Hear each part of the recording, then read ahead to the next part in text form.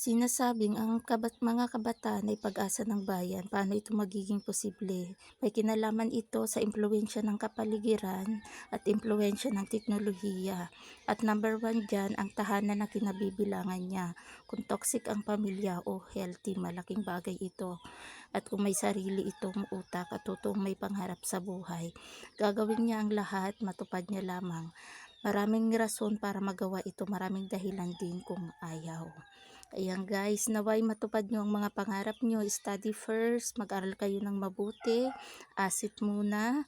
Ang relasyon nandyan lang, kailangan lang ang kahandaan para sa paghahanda sa inyong matalinong pakikipagsalamuha at pakikipagrelasyon, at pagdating ng panahon, ready to settle down. Ayan, good luck guys, naniniwala akong kaya nyo yan. Adaming paraan kapag gusto. Ayan, God bless and good luck always, Arlene.